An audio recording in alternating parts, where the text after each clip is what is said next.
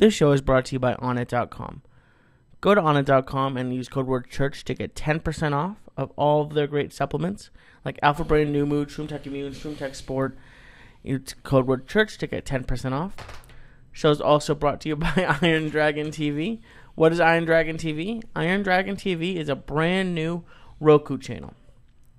If you use code word Joey, you're going to get 2 free rentals of all of their great martial arts movies. They're adding tons of new movies every day. That's about to 30 a month. And in January, in the new year, they're going to have 4K technology, and they're also going to be able to stream the movies on your Android tablets. Go to naileditlife.com. That's naileditlife.com.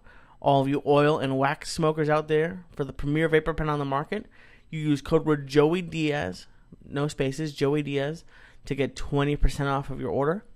And the show is also brought to you by our friends at hitecigs.com. That's hit letter E cigs.com. Better tasting, longer lasting. The proof is in the vape. They have e-cigarettes and e-cigars for you, different levels of nicotine if you're looking to quit smoking in the new year. Use code word Joey's Church to get 20% off of your order. Oh shit. Fuck Christmas. That's 3 days away. We're talking about today, cocksuckers. Oh shit. The church, motherfuckers. All about the Benjamins. Little song for the Jews. The end of Hanukkah right here. What? Drop it, Lee. What you want to do? What? The church. Christmas. Eating. Ass. What? Pussy. A piece of ham. Fuck it. Throw the mashed potatoes in there. Why not? Where's that motherfucking gift? Lee Syatt, you were dropping on me for the bitch. What? A ring, a gun, a bazooka. Give it to me, Lee, you motherfucker. Ooka. Kick it, Lee. It's gonna be a bad motherfucking night tonight. Strap a pair on, get that bong, motherfuckers. Fat man alerts in the house, motherfuckers. What? For the mutts. What's the story, Doug? What the fuck you been hiding all weekend? Last time I saw you, I gave you a brownie. You were gonna eat with a bunch of uptight fucking people. And that's why you gotta load up when you go to eat, hang out with people like that. It's okay you hang out with people like that from time to time, because they make you seem how lucky you are for hanging out with crazy people. Yeah, I was telling Steve, and I don't remember if I've said that on the podcast, but one of my favorite things about podcasting is how cool, like, we get to have these cool conversations that no one has in regular life anymore. Like, I feel, whenever I watch old movies or TV shows, I always watch because I've basically forgotten what it's like to live without a cell phone or internet. Like, I was 10 or 11 or something when that started coming out, but I honestly don't remember. So I always look and see what people used to do, and a lot of it was just hanging out, talking, like, doing activities. And that's what, and I went to this thing, and they were all very nice, but it was supposed to be a birthday dinner, and maybe I was just high and paranoid, but it seemed like everyone was very quiet.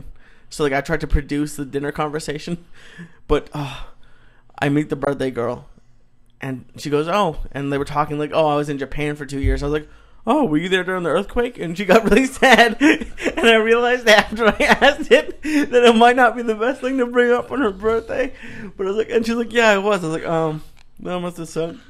It's fucking crazy. Like, I've always, every once in a while, I have a friend, and he invites me to something, and I get there, I'm like, oh my God, what have I done? They start talking about life. And I don't even know this life they're talking about, you know? And you try to, and the best thing to do is just shut your mouth, act civil, giggle, you know, smile. You always bond with somebody. There's always some other nut in there that you and him are like, like, I was the only guy there. Yeah. Oh, no. Yeah. Yeah, that's even. See, you got yourself, you got to cut that shit out, too.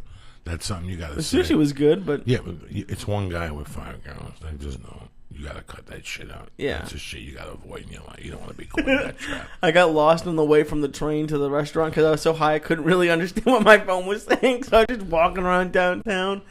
And then it was scary on the way there. It was like that Star Wars when they go into hyperspeed or whatever, and the light and the lines keep going because the train was going really fast. And then there was this homeless dude who was hammered, and he had his shoes off, and he was having a conversation with himself, and he was crying and laughing. And I had my headphones in because I was just trying to like focus on like a podcast or something, and he was just hysterically laughing, and then he'd go to crying, and he was just hammered. So it was an interesting like night. I'm fucking high right now. No, he was. Anytime you get on the train, Lee, there's gonna be.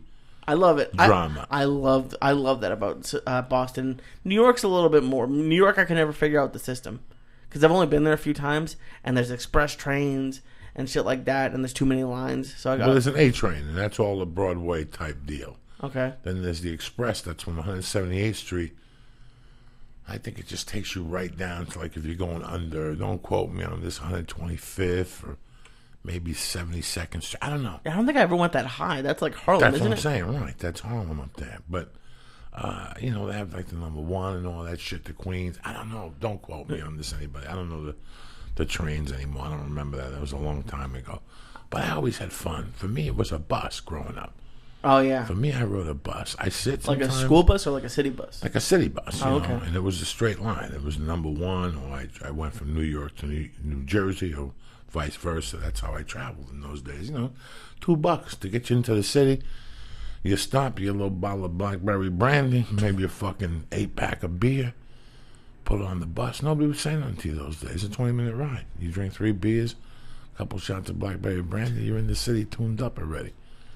Yeah, but, it's just, it's what you could get away with and what you could do. You're not going to get on the train drunk and drink, but you're going to do little shots or something. You're going to put it in something so Yeah. it doesn't look like the obvious. What was your go-to?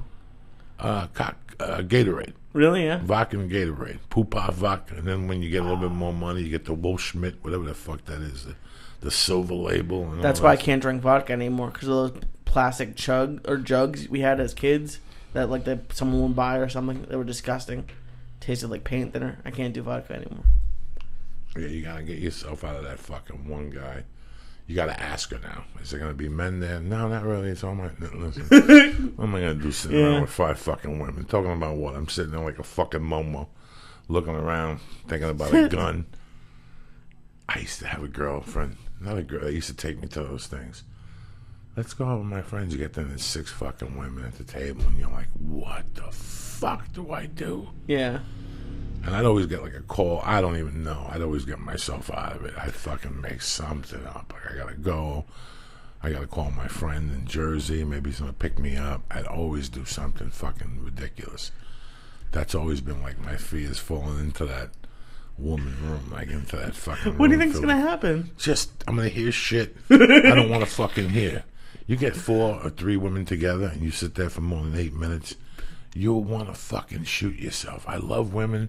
But when you get 3 or 4 of them in the room and they start talking about what's important to them and shit, you will fall off your fucking chair in laughter and aggravate. You want to kick one of them. Like, one of them will start, like, one of them will just break your fucking back. Yeah. And you'll like them, whatever, but when you get a couple of them together longer than 20 minutes, you want to shoot yourself. No disrespect to women, I love you, but I'm just telling you how it is, what the word on the street is. I just love the way you put it. They start talking about what's important to them. Yeah, I'm like, whatever the fuck they talk about, the store, whatever the fuck, and you sit there and go, wow, how did I end up here? What the fuck did I do to deserve this torture? You start thinking about torture. Like what people define as torture, like hummus up your asshole. Or like sitting here listening to this shit for an hour. Which is worse to you, hummus up the asshole or 6 women at a sushi dinner? I'll tell you what, fucking, I didn't know what bothers me to no end. Cotton in my fucking mouth. Like, I don't like the touch of cotton at all, except when it's wiping my asshole. That's it. I don't like cotton. Like cotton balls? Cotton or gauze. Yeah. Like the other day, the fucking dentist put gauze in my mouth when he was doing the root canal. That bothered me more than needles. Really? Fucking everything. Yeah, I don't like It has the a weird touch. texture. Yeah, I don't like cotton close to me in my mouth and my fucking head. It drives me fucking nuts. You understand me? I don't know why. It just drives me fucking nuts. Well, did you get high before the root canal? Sure. I had to be in there at 9 in the morning. I got blasted at like 7:15 like a motherfucker. That's always my fear. Is I feel like pain would be super intense on weed. On No, edibles. well, if this is the problem, if you take the gas, you might go to a weird place. What the fuck is that? Sons of Anarchy's outside. All of a sudden there's white people shooting fucking black people, cops. I can't breathe. What the fuck? I don't fucking I don't fucking know. I can't breathe. I don't fucking know. You ordered one of those shirts yet? So you can walk around and show solidarity? No, there's no solidarity, you know. I mean, what do you want me to tell you? That's fucked up, though. The cops getting killed? No, please. This is a complete... You know, you want the best is, we're going to put body cameras on them. You could show up with they had everything but a fucking camera crew on that thing when they choked the black guy. Yeah. They had everything but a fucking camera crew, bro. They threw him to the fucking floor. That's murder. That's murder. In any other fucking city, would you indict on murder there? Yes, you fucking would. Yeah. That's murder. I saw it. You saw it, but they're the fucking power supreme. Now they're going to dig themselves into a fucking hole. Yeah. Now we started. Now they're going to get copycats. And every year we go through a trend. 3 years ago it was the children going fucking bananas at schools and morons blowing themselves up at movie theaters and shit. You know, I'm trying to watch Batman and this guy wants to be fucking Clint Eastwood all of a fucking sudden. I need this shit. All of a sudden they take a picture of me. It looks like Bozo the fucking clown. Obviously somebody sat him down, smacked him, gave him a pill, and sent them to the movie theater, loaded to the gills like Rambo, and said, shoot everybody in there. You're on a mission from Satan. You know, that poor kid is half retarded. You can't tell that poor kid's half retarded? Yeah, somebody sat him fucking down, bit slapped him, told Martians were going to stick a grenade up his ass to go shoot the fucking movie to that poor kid. You know, you could tell. So somebody else is going to strike now and start shooting fucking cops. Let me ask you something. I have dear friends that are cops. I grew up with a lot of cops. As a criminal, I've never had a beef with a cop. You'll never hear me on a podcast or anything call a cop a derogatory name. That's why I've always had that attitude. That's why I've never had that problem with police officers. There was one cop in my 51 years on this planet that I had a problem with, and that was the cop that got assigned on the Vela kidnapping. Me and him went back and forth for fucking months. Like he came to your house and told you they were coming for you and stuff? No. Not that one? This was a guy that took his job a little bit too fucking seriously. And on the Vela kidnapping, he became, Johnny Saint on the scene. He looked at it from a different perspective. He didn't look at it from anybody's perspective. He had a different outlook on it, which I forget what the fuck it was. He had the outlook that you guys were scumbags when you took this guy down and there was no drugs involved. You were trying to rob him. You know, there were drugs involved. There was just no trace of drugs. There was a scale that was cleaned off. And there was other paraphernalia, but there was no proof of the fucking drugs. So they were saying, no, you guys tried to rob him. And that was his intent from day one, this guy. But this guy didn't let up on me at all. Even after I went away to prison, and I came back for the community service hearing, he was there. And he was leaning against me all the fucking way. And there was a couple times we had just verbal exchanges. You know, he was a big guy, but I hated him that much, and he hated me, you know. His hate for me, in turn, made me fucking hate him, because I knew, right. You know. Yeah. But besides that, I've never really had a problem with any fucking cop. No, I mean, it's terrible, but it does suck when people take their jobs too seriously. Like, I waited in line for 30 minutes today at UPS. What the fuck happened to you, UPS? Think about your words. UPS. What the fuck were you doing at UPS for 30 minutes? Because I had a gift that was going to get delivered, and I wasn't at my house because you can't wait at your house from 8 a.m. to 8 p.m. And I went to go pick it up Saturday, but they wouldn't give it to me, so I had to go back today. Why didn't they give it to you Saturday? They said even though I called the 800 number, I didn't put a formal request to get the package. So I came back. It's just bureaucracy like a motherfucker. And then they weren't going to give it to me because my ID doesn't have my new address on it. And I was this close to like ripping their computers and throwing it on the wall. I was fuming, but I worked a lot I worked 3 or 4 retail jobs and restaurant jobs, and I worked fucking tough, for 5 or 6 years. It's tough. It's tough dealing with the public. Very tough. But the thing I'll say is, I think they're going to run into an issue asking for a $15 minimum wage, because I don't think a lot of these people working there deserve $15 an hour. So they're going to lose their jobs. Because a lot of these people are just, it's beyond the worst. At UPS. Everywhere. I was at Target today. I was at CVS today. And I don't know if they're overworked. The service has gone down horrifically in this country. They judge everything by labor versus workforce. The amount, everything is done by a fucking formula. You walk into, listen, I do all my business with CVS. The only reason why I go to CVS is I love the two girls. And it isn't their fault. It isn't their fault. Yeah, that's true. They got two girls working there. One is filling prescriptions. The other one is taking prescriptions and picking them up and giving them to people. Breaking down the prescription. You have to drink them with 2 every 4 hours. What's that? 4 every 2 hours? No, 2 every 4 hours. Oh my God, I need glasses. Well, we'll talk about it later. You know, it's 2 fucking hours. Right. It's tough. And the phone's ringing. Pharmacy line 1. Pharmacy line 2. Pharmacy.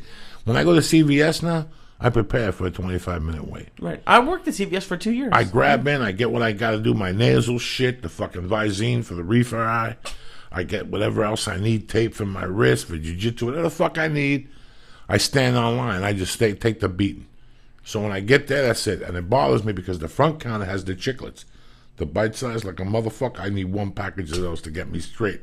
Once a week and I'm good. You know what I'm saying? There's a gas station on Laurel Canyon by your house. Yeah. They got them. So on the way down the Comedy Store, I pull over there and get 1 package before my sets. It sets me straight. Some people do steroids. Some people do drugs before their sets.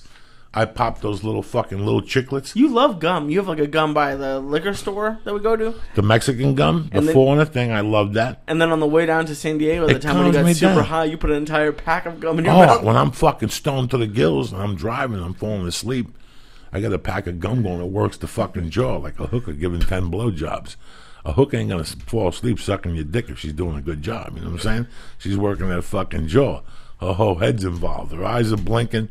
It's a bad situation, Lee Syatt. Don't look at me like I'm fucked up. Have you ever had a hooker fall asleep on you? No, I'm just saying. What the fuck? I never had a fucking hooker fall asleep on me. No, I had 1 hooker experience, and that was it. I bailed on that fucking thing, hooker experience.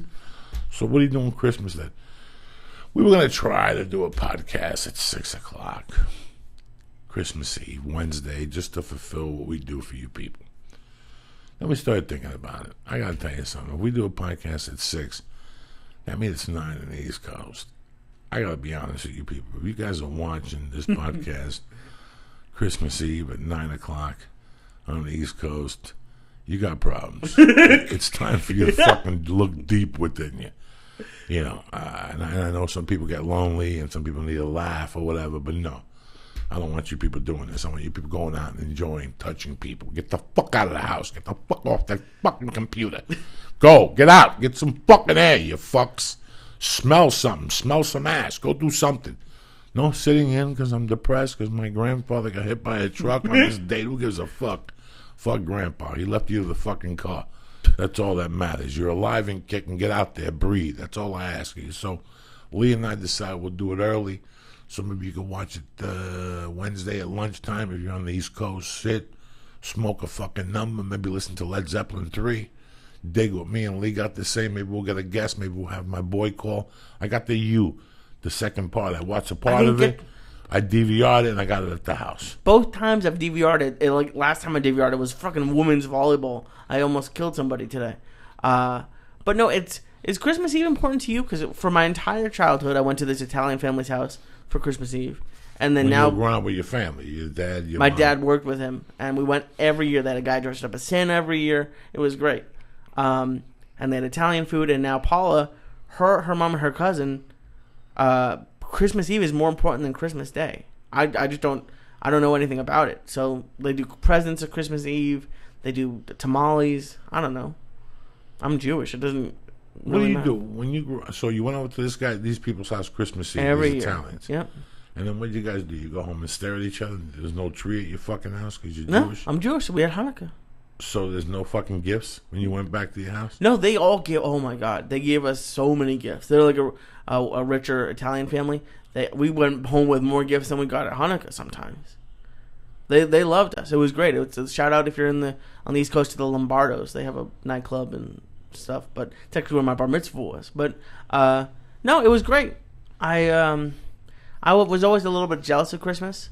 Like my cousin, his ex-wife is Christian, and I went over there once when the kids were really young, and the kids fell asleep on the floor under the Christmas tree, like in the middle of opening their presents, because they just had like so many presents they just couldn't handle it. And I was a little bit jealous because my parents were well off when I was growing up. I had a bunch of presents at Hanukkah, but it's still probably 2 presents a night, maybe 3 presents a night, which That's adds 24 up. fucking presents. I don't know. It adds up to be a lot. Jesus Christ. No, yeah. but I'm just saying underneath the tree. Those fucking Jews, you spoil each other, don't you? Fuck yeah. 23 Well, fucking it's not always like PS4s. It's like a small thing. And when you're a kid, pair of socks, a T-shirt, your favorite pajamas. Yeah. G.I. Joe's hat. Yeah. You know, maybe G.I. Joe wants on a yarmulke. You want the yarmulke? Whatever the fuck he wears. You know, what does it mean? I mean, what does Christmas Eve mean? I don't know. What does it mean?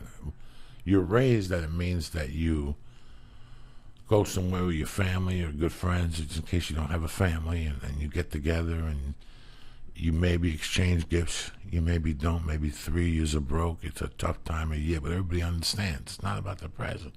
It's just that feeling, you know. You're reading, you know. I've had the best Christmases when I've been broke. The best Christmas Eve. Really? And I've had good Christmases when I had money, or shitty ones, because you didn't do nothing with it, you know. How long did it take you to like start celebrating after your mom passed away? Well, I just remember coming from Cuba. I remember. I'm not going to sit here and say I remember my first Christmas. Fuck you. I remember a Christmas like after when I was like 6 or 7. I was maybe 6, and I still believed in Santa Claus. And they took me to the bar, which I never had gone to in those days a lot. I would go maybe once a month in those days. And when I got back, the gifts were under the tree. And it was they were all with me. Anybody who could have done that, it was a fucking trick. So even though my friends told me there was no Santa Claus, I was like, you guys don't know. Maybe you guys are just dumb motherfuckers. There's a Cuban Santa Claus. There's a Cuban Santa Claus that showed up in my house. So that was the only Christmas I really cherished, that I really believed. You still remember it? Yeah, I remember that particular one is on 205 West 88th Street. They moved the dinner table and they put the tree against that wall. And I still remember how those lights used to flash against that wall. You know, I still remember how important Christmas was to my mother. And it's also the 7th of January. That's when the 3 Kings. So on that date, you get cash. So the Cuban Christmas runs basically from the 17th to the 7th. Very ironically, you guys have heard me talk about St. Lazarus. Did I talk about this the other day? That whole Cuban thing happened on St. Lazarus' birthday. I was so high, I don't think so. Well, yeah, that whole Cuban thing happened on St. Lazarus' birthday. That's why it's very important. Cubans, I was goofing with John Salami the other day, my buddy. He said that he was calling people the last week or so, and he wasn't getting a response from people for business. And I said, John, you're 45 years old. Tell me that you're not that fucking stupid. Gentiles they give up. After the fucking 15th, it's done. White people done, and I don't blame you. You know, black people are broke. They don't give a fuck. You know, it ain't over till it's fucking over. But white people have a list. You know, Gentiles have a list, and they plan it out. They're going to Nick's house, and they're going to give Nick a kiss under the fucking green tree, whatever the fuck mistletoe. that is. A mistletoe. Green tree. Whatever the fuck it is. You should put like a little nugget. Yeah, and they just plan all this shit out. You know, so, when you're a savage, you just go by... What are we talking about anyway? Well, I think you're talking about like Christmases. Like yeah, so... The Cuban stuff. So after the 15th, people are dead. People are brain dead. You're not going to answer your phone. You don't take on new projects. It's like, no. I need 8 days and I'm out of here. I'm just killing 8 days. I'm killing files. I'm stapling shit. I'm cleaning my desk. You know, you don't want to do nothing. So if you're really trying to, like, there's people today that are like, hey, man, I'm still talking to these people about a movie. It's dead, guy. Business is dead as of last fucking Thursday or something. Yeah. So for Cubans, it starts the 17th. After the 17th, you can't get a Cuban to focus because the 24th is death. They start on the 20th, and they get a couple pigs, and they fucking marinate them. Oh, shit. First, they keep them alive for like 2 days, and they feed them. They make sure they shit everything out. They fucking feed them and make sure their insides are out. I don't know how they do it. I remember hearing about this as a child. Then they stab the little pig. Then they open them up. Then they fucking stab them more. Then they rub mojo on them every like hour on the hour for like 22 fucking hours while they're drinking, doing blow. And you have shifts. And once the 24th comes, that pig is fucking ready to go. His ears are crispy and shit. They got like 2 of them. His eyeballs are still in there. Nice. Got that little red glaze on them. They taste like a maraschino cherry and shit at one of those dive bars. Wait, the eyeballs? Sure. Yeah. You ate a pig eye? And as you bite into them, the pupil fucking shoots out like a fucking rapeseed. Tremendously. But you don't like cotton in your mouth? No, I don't like cotton in my mouth. I don't mind a chick pissing in my mouth either, but that's a complete different party. So, fucking, what are we talking about? I'm stoned. Christmas? Yeah, me too. Want to split this brownie? I just did that with you. Auntie Dolores is getting debt. If you live close to the Auntie Dolores store, she sent me a box, and I got to tell you something. I've been stoned for the last 3 weeks, and not just like regular stoned, like deep fucking stoned. I knew today was going to be bad because you called me like 3 or 4 times, and each time your voice got a little bit quieter. The last time was, believe we're going to fuck up tonight. Dog, I'm fucked up. I just ate 2:30. Oh my God. I was looking to get stoned. I had to run some errands this afternoon. I knew they were going to be a pain in the fucking ass. I had to go sit and catch ear beatings from like 2 fucking people, so I knew I just had to, and I couldn't be stoned for them. I couldn't. I had to give them the respect. I love that that's an errand to go catch an ear beating. Oh, to drive, to know that you got to catch an ear. First, I lost my parking spot. I'm already pissed off. You understand me? I'm not bothering nobody. If I do kettlebells, all I got to do is pull them out of the trunk. I'm right there. I got to walk to my house. Why don't you just put the kettlebells in the road? No one's going to steal kettlebells. On what road? Like, in your spot. I can't do that. You stab people's tires. What's the difference? Yeah, but I can't put kettlebells. Oh, people run them over. They'll ruin their insides and shit. And they'll ask whose kettlebells on. Then I lose the kettlebells. I like my kettlebells. We'll leave the kettlebells alone. All right. I'm sorry. Why you bother me with the fucking kettlebells? So, you have that Christmas Eve, which is family. You have Christmas Day, and you sit around and watch football and eat the leftovers. And that's it. It's considered a holiday. Between you and I, do I give a fuck? Do I? I don't give a fuck. Yeah. It's just a day off that you're wasting my time. I could be getting some Gita. It's all about the Benjamins. This is every Jew's at home pissed because these fucking Gentiles are sitting around eating. They could be flipping a fucking buck, but they don't say nothing. They go to Long Island. They do what the fuck they need to do. They take care. They mow the lawn. Whatever the fuck they do. But that's what it means. Is it important? Well, I think about my darkest times when I spent Christmas Eve and a friends and Christmas Day at a fucking bar watching football, making believe I was having a good time. Was I miserable? Inside, I was broken inside, I mean, but you bear with them. I've said it here before on the show, and the best Christmases I had was 87 when I was locked up. Oh, yeah, you were saying that with the AIDS people. Because I thought it was going to be bad. And it turned out to be fantastic. A bunch of guys giggling, laughing. Were we smoking dope and drinking? No. We knew where we stood. We were just happy to be doing that because when you go to prison, they tell you you're not going to do nothing. Yeah. Everybody else is eating fucking shit in their room. Here we were in a room with fucking shrimp and meatloaf and fucking guacamole and tamales and fucking burritos, There's too many flags in that kitchen, then. Yeah, it's fucking tremendously. It was just too much. I remember going back to my little bunker into my room and going, what the fuck was that? Yeah. So when you expect a bad Christmas, if you put a little effort into it, it might become a good fucking Christmas. I've had Christmases where I didn't have $1 in my fucking pocket. I had gel for my hair and, and I went to somebody's house and played it off and all of a sudden they're like, hey man, we got an extra wallet for you for Christmas. And it just warms your heart and it gives you a new outlook. So don't stay in the fucking house Christmas Day. That's my whole thing. Christmas is what you make of it. If you stay in, you're going to be bummed out about Christmas. Yeah. Even people tell you they hate Christmas and don't call the house and I'm going to stay alone and watch movies.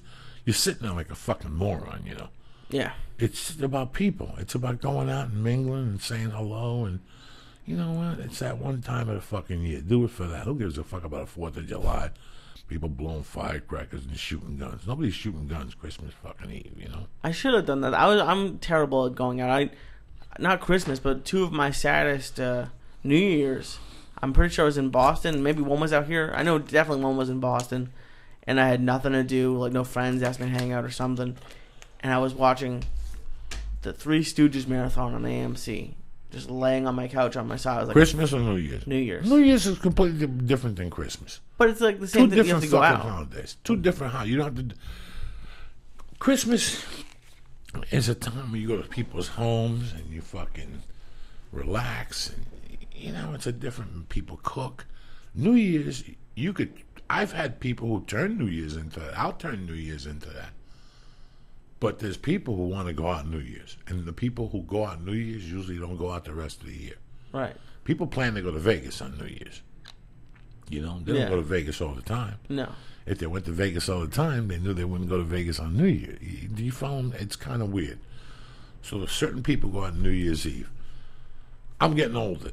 But I gave up on New Year's Eve when I was 20. After I was 20, New Year's Eve, I seen it for what it was. I'd done them at the bar. And now I was doing them ever since I was left alone. I was doing them every year because what else do you do on New Year's? Did I have a good time on New Year's? I had a good time on New Year's for a few years. But then I saw some shit go down that could only happen on New Year's. And after that, I had a different respect for New Year's. So there was, Lee, if you want me to lie to you, there were many a fucking New Year's I stayed in. Well, many a New Year's. Maybe it was just me then being. If you're 20, should you be in on New Year's? Fuck no. Yeah. I mean, fuck no. You should be out getting your dick sucked somewhere behind a fucking El Torito. Fuck, I had the rap party tonight. What, for the movie? Yeah, El Torito. I didn't go. Oh, fuck. I'm here. I don't give a fuck. You want to go? This is my job. What are you going to go? So you can shit blood? You ever got El Torito to the happy hour? You eat that shit? Not happy hour. I've been there once. It's nuts how I had a dear friend who worked at El Torito in 1983. And we used to talk. And I go, what's El Torito? And he said, oh, it's a margarita bar. Wait till you come out of here. I'll get you a job. I make $300 a night. Women are sucking my dick at the bar and shit. I was like 20. I'm like, I can't wait to go out to El Torito, And I got out here in 97, and I asked somebody about El Torito, and they're like, it's a fucking dive from Redondo Beach. Nobody even go. That's how much the times have changed. Like so many Mexican restaurants. In 83, 84, El Torito's in Redondo Beach was huge. People would hang out there and pick chicks up there and do blow there, Yeah. But the interesting thing about El Torito was very good to me in my comedy career early on. So I shouldn't be fucking with it. You worked at El Torito's? No, I did comedy at El Torito's. El Torito used to have a comedy night in Denver on Thursday nights. And if you went there, they gave you $25 worth of food and a coupon for $25 for the following week. Oh, snap. So I used to stack up on the coupons and go every week, do 10 minutes. The manager loved me, so sometimes he'd give me 2 coupons. Even if I had $10 and I could put $5 worth of gas in the car, and I had $5 for a tip, and I'd just go there and use the coupon, El Torito. It was a 45-minute fucking drive with no traffic. But it's free food. It was free food. When you're an open micer, well, you got to do what you got to fucking do if you want to believe in yourself. So, yeah.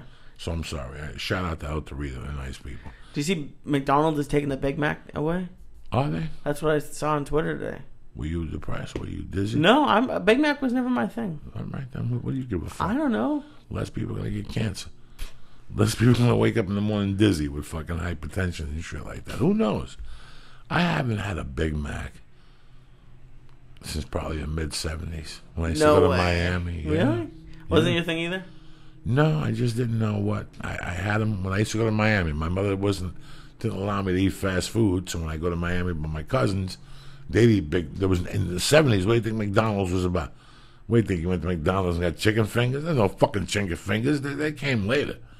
When I as a kid, you went to McDonald's, you had the cheeseburger, the double cheeseburger, and the Big Mac, and the quarter pounder with cheese and the quarter pounder. That's it. There was no fucking McRib or McFucking nothing. There was Ugats. There was French fries. I don't even think they had onion rings, dog. Well, they don't have onion rings now. Oh, they don't? All no. Right. Then what the fuck am I talking about? I hate that I know that. No, so what? Who gives a fuck? I don't know when, but I ain't gonna lie to you. I love my little quarter pounder with cheese once a year. And there's nights I know I'm going by a McDonald's to do comedy, and I go, I'm going to stop by McDonald's and I get a quarter pounder with cheese. I have the balls to. I live around the block from a Taco Bell. Yeah, that's all. 5 fucking years. Every night I'm like, tonight I'm going to go to Taco Bell and get myself 3 fucking tacos like a soldier. I don't have the heart to go in there. I'd feel so fucking guilty if I got sick. I had it coming. Why would you go to Taco Bell? You know you're going to get cancer. You know you're going to get fucking sick. So that's my answer to your dilemma. This year, you have something to do Christmas Eve, and I'm very proud of you. Yeah. I'm happy for you. Thank you. You're going to go over to your in-laws there? Who's going over? The 3 broads and you? Yeah. The father coming? No, they're divorced. How about the brother? He's coming Christmas Day. What about Which is going to be hysterical. What about the uncle? Tio's not coming. Tio's somewhere in Inglewood. Tio's not living the dream. Living the dream. So sleeping on the floor somewhere. Why is the brother going to be a trip on Wednesday? Because the brother and his wife are like going through like separation or something like that. But the mom and his ex-wife, do not get along. So they were already, the cousin and Paula were already teasing the mom like, "What are you gonna get her for Christmas?" And the mom would just be in the kitchen just shaking her head like muttering stuff in Spanish because she doesn't like I've never met her yet, so that's gonna be interesting. So they like this new place. Yeah, it's great. They're happy to be out of fucking. It's I was very scared for them in Inglewood, and I was scared for me. Fuck, there's no one who looks like me living in Inglewood, so I'm glad. How's this new neighborhood? Great, she loves it. They still heard gunshots from time to time. No gunshots. Fucking helicopters at night, shit, flashing lights in your window and shit. But they do. I never realized how like you have a kind of a joke about it with the Jamba Juice, but like Mexicans create amazing jobs. There's these guys who go in rented trucks and have like a Ralph's in the back of their truck, like produce and veggies and stuff. And then I just found out like those hot dog stand people, they don't have like licenses. They get arrested for that all the time. And I saw like a hot dog woman in the Target parking lot in North Hollywood. Doing what? Making Mexican hot dogs with the bacon around it. And selling like a motherfucker. Yeah. To pop the kids. Over by that Target they got the best fucking food. They got the truck that sells burritos and shit. I've never eaten there, but I always see a line there. They got the food lady who I talked about in that joke, who really does Victory and Vineland. Yeah. That's it. That lady's been there since I moved here. Coconut juice, the fruit mix, the fruit in the bag. She'll fucking cook it up for you, dog. Old school. And they have the Zumba at the park. They do? Oh my God. You go there at night, they got a fucking Little League field filled with fat Mexican Zumba and some big Mexicans in the middle with a cowboy hat on. They're going, it's fucking hilarious. 50 is like the minimum. I've seen 60 there. I've seen armies of people. It's looked like a football practice. I don't even know what Zumba is. Zumba's the exercise and dancing. Why not? I just don't know. It's like they go there. So there's a little village there. They got the hamburger place. They got your spots there. They got the chicken place there. Popeyes is there. Don't fucking lie to them. You like making believe. They didn't have Popeyes in Boston. Stop. They just got one near Fairmont Park. But I was like, how many times have you been to Popeyes? I think once or twice. That's it. Like, the fried chicken was never. I like KFC. Not. You're a fucking burger. I'm a burger. And I'll tell you what you eat that drives me fucking nuts. Rice cakes. No.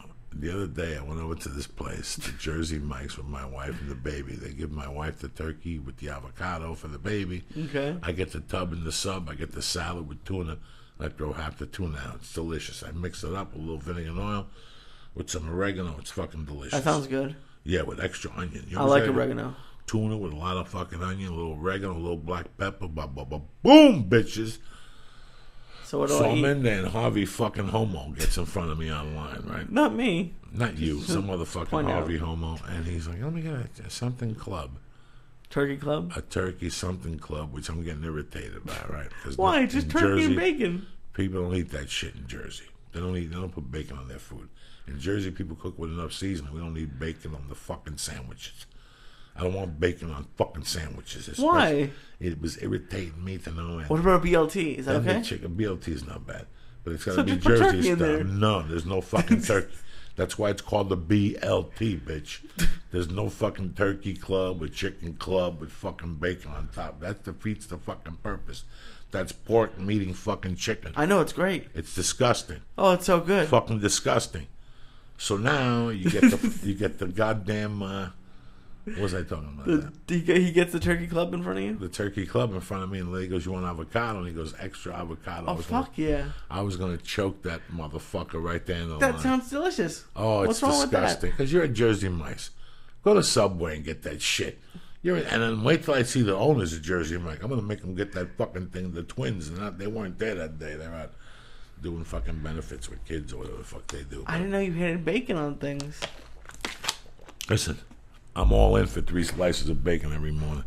I'm one of the only motherfuckers I know that used to eat a whole package of Oscar Mayer, the thin cut from the middle type bacon and shit. Hey, every once in a while you got a bad package, you got some hog meat in there.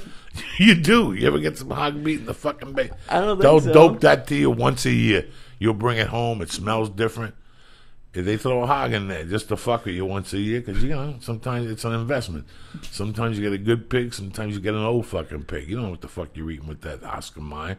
We think Oscar's on the fucking farm every day, handpick him, smiling for the cameras. It's Oscar Mayer. It's Mayer to you, Mr. Yeah. That motherfucking Jew is somewhere in Australia counting millions and shit. They send him pictures every day of fucking dead pigs. That's how he gets off and shit. Why you gotta get me started on poor fucking Jewish people in Australia? Anyway, When did Jews come into it? I don't know. This is what happens when you need a fucking network. But no, New Year's, I don't give a fuck. No, we're talking about bacon. New Year's, I don't give a fuck what you do on New Year's, Lisa. You understand me? Okay. Well, no, we have a podcast. Christmas, you got the Christmas is gonna be nice. You're gonna go over to them. Now you were with the last Christmas. What did you do? Oh, you were in You were in Boston, jumping up and down. I was there. Lee, come home. The snow's coming. No, it's not. No. Oh my God, there's a foot. I made it back. Oh my God, I'm gonna get back at 10 o'clock. Cocksucker, you look, I didn't stab you and shit. And you see there's a snowstorm coming again, dog. Always. You're That's doomed. why she came here this year. You're doomed. Did you see the Boston's getting killed tomorrow? Tomorrow or Wednesday they're gonna fucking have. Fuck them. Stay home. Build a fire. Enjoy your kids. You gotta get on a fucking plane and go Bennet. I hate that shit. It drives me. Because every year you're gonna get stuck. Yeah. And it's like you're going to get stuck. They're going to steal your luggage this time of the year. They're crazy. Yeah. It's fucking really horrible to the consumer. I really think so, man. I was just thinking about that today. Like, why don't airlines get in trouble for losing luggage? Like, you're paying $25 extra. It's not like it's built into the price anymore. I heard they give you $250. Isn't that true? I don't know. If you lose... Yeah. Oh, Let's say you have $1,000 worth of clothes, a mink jacket. Oh, they totally lose it. Yeah, probably they'll pay you. It'll be $250 for your luggage. Jesus. Man, you got a pound of blow in there. $250. You know how many smacks and how many dicks you got to suck at $250? You have any fucking idea? I'm just saying. I don't give a fuck. So anyway, back to New Year's. I thought we were on bacon. New Year's, we're going to do a combination podcast, stand-up, extravaganza. Lee's going to wear a tuxedo. We have a special guest. I can't give away her name, but anyway. She's going to tickle Lee. You're not bringing your girlfriend to the New Year's show. Yeah. I hope not. For your sake, I don't want her seeing. Well, she can, I don't know. We'll you find have out. to tell her, listen, stay at home, watch Telemundo. I'll swing by around 11 o'clock with some fucking donuts. We'll go back to my house and suka la mink. You know what I'm saying? A little fucking bat juice for you on New Year's. Right or wrong? That'd be nice. What are you going to do New Year's? You're not going to sit around with your wife and watch horror movies. You're going to roll around with her, give her a little suka la mink, right? That'd be nice. Look at that. Sure, it's fucking nice.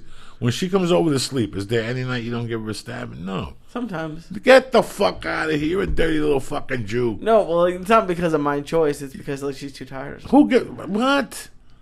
She's too tired. Sometimes. Then you wait till that bitch fat passes out, Jack. And you just rub that little helmet on her little leg and shit. You give her like the Auschwitz She gets dick. so pale. You give her that hot dick at night. You give her some Auschwitz dick. It's all. I think I have to quit now. Fuck it, it's Hanukkah. You give her that Auschwitz dick. I hope your mother's listening to this. I hope she's not. She'll make me come home.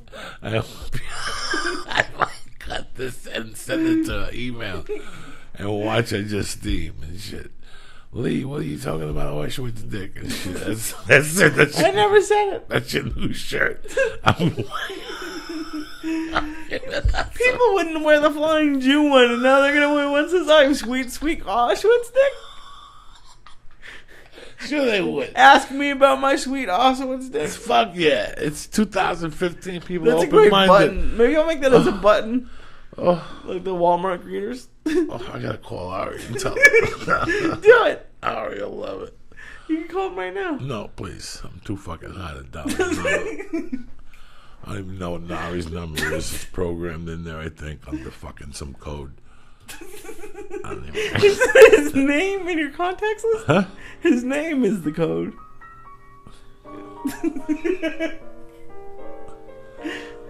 I'm fucked up. Yeah, me too. I wanna be around. Oh, this is only the beginning for you. I gave you the extra strength with this shit. I know you did. Nah, I gave you 30 milligrams. When somebody breaks It's 40. Nah, because I ate half of it. Yeah, so that means half of 80 is 40. So I got 40.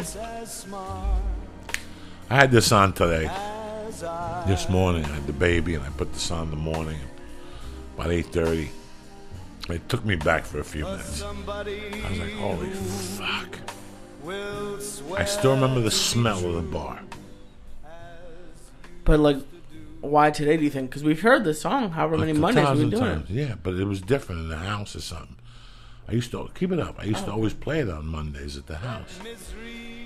And this morning I was cleaning and shit. I was getting rid of some books in a box to take over to Goodwill. And I had this on, and I stopped. I could smell the bar. I could see the darkness when she played this. Because it was as soon as you walked in. What does your bar look like? You've never described it. We went. Well, we went to the outside, but... Went to the outside, so it was a thing that said pizzeria. You stepped up. When you opened that door in those days, you had to close the door and go behind it, and there was an alarm box. Okay. And you had to either press a number, I forget, or it was a key. It was a key. You had to open it, and then there was a key. Then you had like a minute and a half to do that. And then she'd open the door for me. She'd turn on the pinball machine. She'd turn on the fucking bar, Lights? The lights. She turned on the pinball machine. Then she turned on the jukebox. Oh. And then she'd walk to the back where the lights were. Yeah. She'd check the two doors. She'd come around. She'd pick up the thing to walk behind the bar. She'd hit all the fucking lights on, the fans, the air, whatever the fucking heat, the air, whatever was needed, you know. And then she'd pop. We'd pop. We'd turn the lights on. I'd go start fucking stocking the ice machine, the beer, and the ice on the beer. What was the bar? It was wood and like... It was wood, old-fashioned. The stools were high. Yeah, were there any tables? I mean, the fucking place was huge, especially the bar area. There was a lot of room to move around. There was a lot of standing room around the jukebox. There wasn't a pinball machine. Was it a pinball machine? Yeah, it's like bowling. Yeah. And the pins go up and shit like that. It was one of those things. And but what about like tables or... No tables. Just a bar that turned into an L. Then L over the L. There was an L and there was a TV over the L. And there was a TV over the register and there was a TV on this side. And it was always sports. Baseball, boxing, football. But that's it. No basketball. Sometimes the news. A lot. After one certain bartender was there, the news.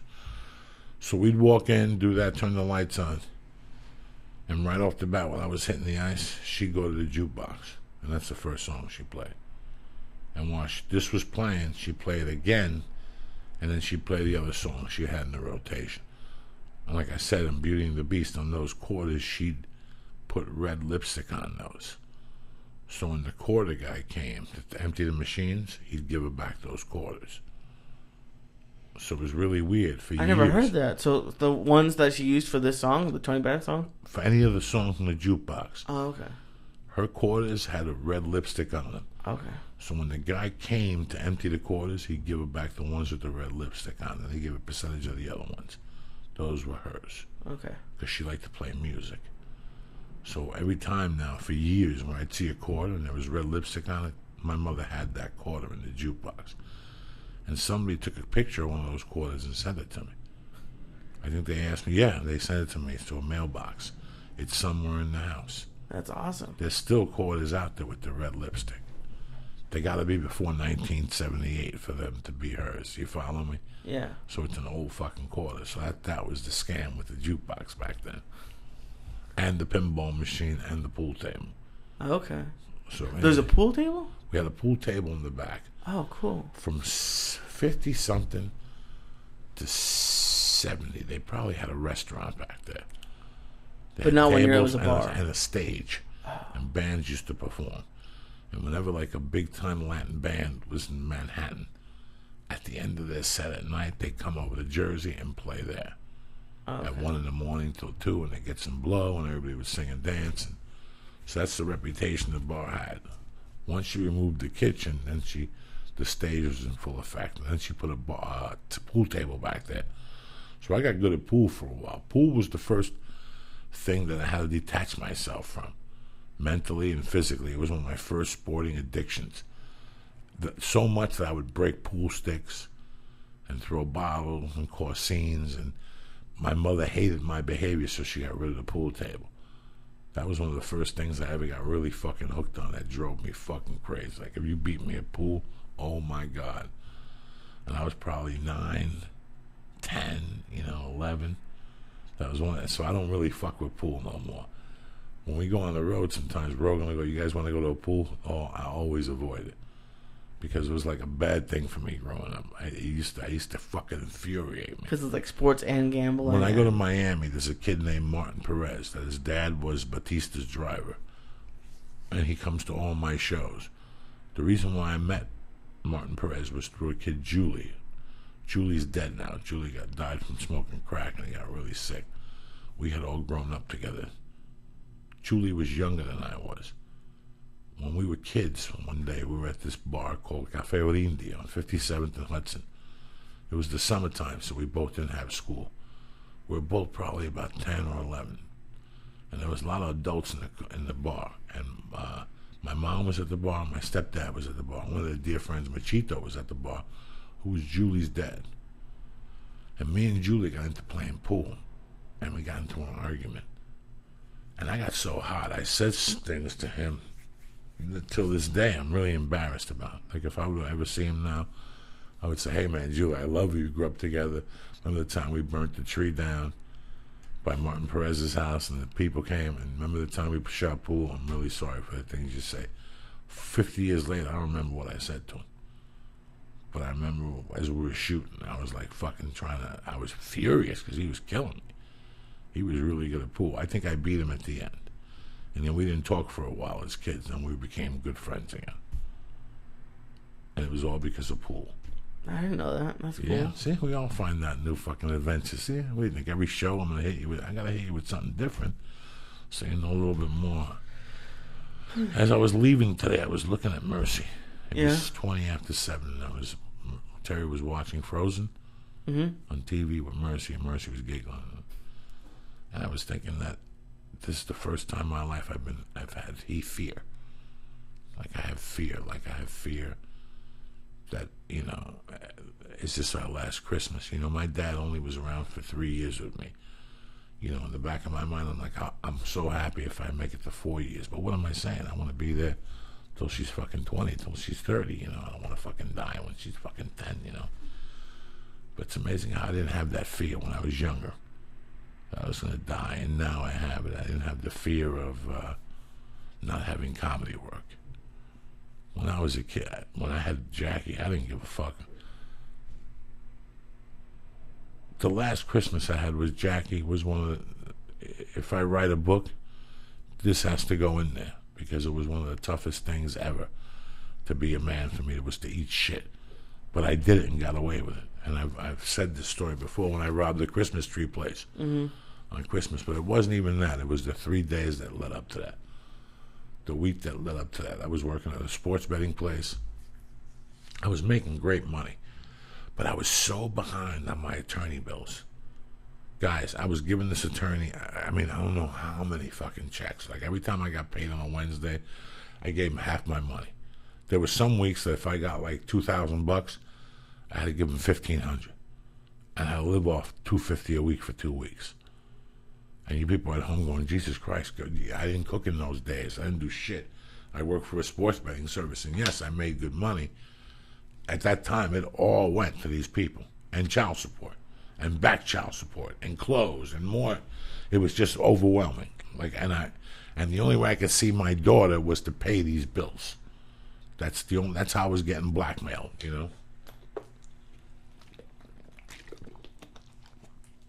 So Christmas was like on a Friday, and I had to give them money. And it's Christmas; it's their money. I had to give it to them, So by the time I paid everybody, I was left with $300 fucking bucks or something, and I was embarrassed as fuck, and I had to start stealing. And I lived in Boulder, and I would go to Toys R Us, and I would walk into Toys R Us, and I would take like a helicopter, a loud traveling helicopter, and I would bring it right up to the counter, like a fake return, And I'd say I bought this for my son, but I lost the receipt. And they'd give me 300 Jeffrey bucks. And I'd go to work after that. And I'd start fucking buying shit that Jackie needed. And then the next day I'd do it again. And then from there I'd go to May D&F. And then from there I'd go to an electronics store. I'll never forget what that basement looked like. And I didn't have a tree.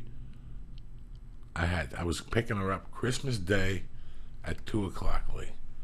And I did not have a tree. I had a car that was a rental.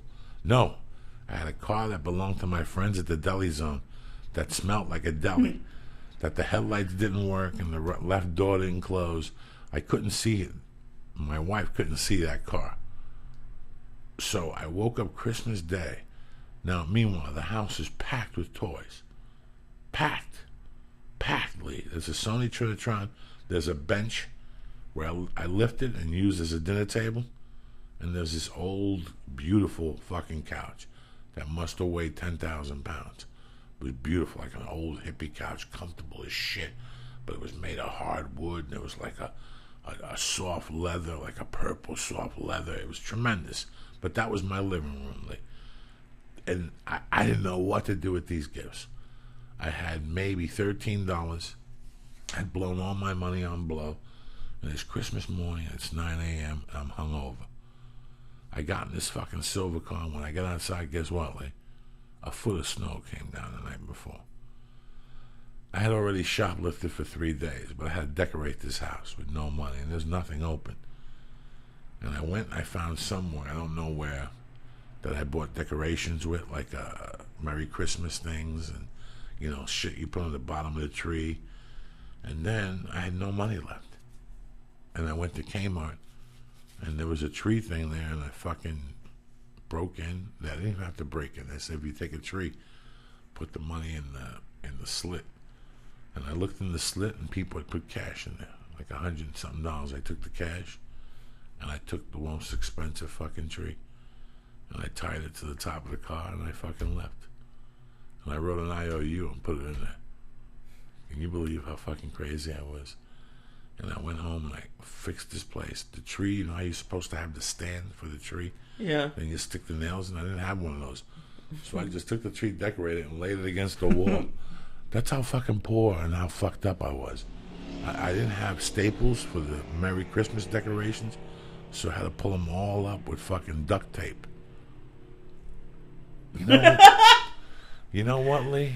But it was fucking Christmas to me. And I made Christmas for that little girl. The last Christmas me and Jackie had together, that was our Christmas. Everything in that fucking room was stolen. Everything in that room was stolen. Am I proud of it? Fuck no, I'm not fucking proud of it. But if you listen to the church, I made her day. Does she know these fucking stories? No. I gotta call her up and tell her these fucking stories. That's the next chapter in the fucking book. I'll never know when I'm gonna do that. But can you believe this, Lee? Like, I just left the house, and my wife already has a tree, and there's gifts under there, and the baby has an idea who the fuck Santa is. She really doesn't give a fuck about him. She knows he's a fat fuck with a white beard with a fucking suit on. She ran from the mall. She kept looking at him at the mall, all strange. We took her up there to take a picture with Santa. Yeah. She's like, I don't think so. This just ain't for me. She just turned around and walked away. We made an excuse. The power was down over there at the fucking Sherman Oaks Gallery or whatever. But you just didn't want to do it? Nah. She's like, nah. Nah, I don't really dig this fucking guy. Trey was trying to egg her on. Come on, Mercy, we got to do this. It's 4 days from Christmas. She's like, I don't think so. Fuck you, motherfuckers. How close are you to, like, having no control over your life? Like, I feel like she's, like, 6 months away from being, like, a full person. She's a full person. I had her this morning. She's a full fucking person. What happened? It was just a dynamite morning, man. I had some stuff I had to move around, but my wife, I didn't know what date it was. She already had plans, so I had to cancel my 11 o'clock. I had to cancel 12 o'clock. I just took Mercy. I took her to the park. I took her to 2 parks. There was no water, so she couldn't jump around in mud. She played with some fucking dog. I was talking to the owner and the kids. You know, she ran around, and I took her to 7-Eleven. I got her some extra milk, and then I took her to the other fucking park where they got swings, and I found a green tennis ball, and I took her to the tennis courts, and I locked the fence, and I let her go crazy in the tennis court with a fucking ball. and she would throw it over the net and run around. And every time she ran around, I go, that's another 10 minutes of fucking sleepy time right there. She must have ran around 80 fucking times. She was sweating. Her face was dirty. Her pants were all wet and shit. And is she walking with you? Like all around? No, she's in her little back car. Oh, the little car thing. And I pull her, and I just pull her. So it's a fucking workout for me and a workout for her. Everybody loses. But it's a good time. That sounds like fun. Mind. Yeah, it's good for me. I get to think. I get to watch her. It's like going fishing. I give her distance. These are places where I don't have to be on top of her. It's not the street. It's not a park where there's other kids. I take it to it's wide open. So, like, there was one situation that I was probably 30 yards from her. There was no dogs around or anything. I just want her to get to play by herself and let her know that, remember you being a kid, sometimes you had a good time by yourself. Hell yeah. That's how you fucking learn. You learn what you're about, what you're thinking. And I'll watch her getting involved. Then she'll turn around and notice me and smile and go back to it. Like it's like me interrupting you when you're reading a good book. It's like me interrupting somebody when they're reading a good fucking book, That's what it looks like when she catches herself looking at dirt and she's rubbing the dirt because it's different from the other dirt because it's got water on it or some squirrel took a shit on it, It's really interesting to see. That's it. Yeah. No, but it's just like, what I meant is just like I haven't like been with a kid growing up, like when I was old enough to like realize what was happening, and every time I see her, she's doing something new, and it's like it's just you have to have less and less. Like when she was first born, you never put her down, and now you can like give her more space. It's pretty fucking interesting. Yeah. And you turn your back on her, and like if she's towards the fence at the park, yeah, I'm cool. I look around, there's no dogs, people running, whatever. I could deal with them. Towards the street, I got to be on top of 5 yards, even 3 yards. I got to be on top of her the whole time because she dashes, brother. She can't wait to get off that fucking sidewalk. So I steer her away from that, which is tough. You gotta, they don't know why you tell them. They're two. Yeah, they're a fucking baby. They don't know why they can't go out there with the cars. The cars are doing 90. I want to run out there with them. They don't know the car fucking send them to Jupiter. They don't know these little kids. My daughter don't fucking know, It's a car. Yeah, it's a fucking car, but it's doing 90, Mercy, They think it's a museum. They're just sitting there and you look out. It's a car. It's a fucking car, all right? Go in the weeds. Do something. Go over there in the fucking grass and roll around. Chase the squirrels. The way they chase her back, she runs with this look on her face like they're coming to get me. Like a fucking Japanese guy in a Godzilla movie. It's a fucking squirrel. It's a fucking squirrel, Mercy. But she runs up to them with no peanuts. And they come up to her real close. A lot of people go to that park and feed them fucking... I seen Eddie Pepitone at the park. Him and his family, a bunch of people get together and feed the fucking squirrels. So now when you walk that park, the squirrels come out looking for something to eat. You got nothing to eat. They look at you, they come up to you, and they kind of intimidate you. Like 3 of them, they fucking shake you down. Like, what the fuck is the bread? And Mercy's a young girl. She don't fucking know.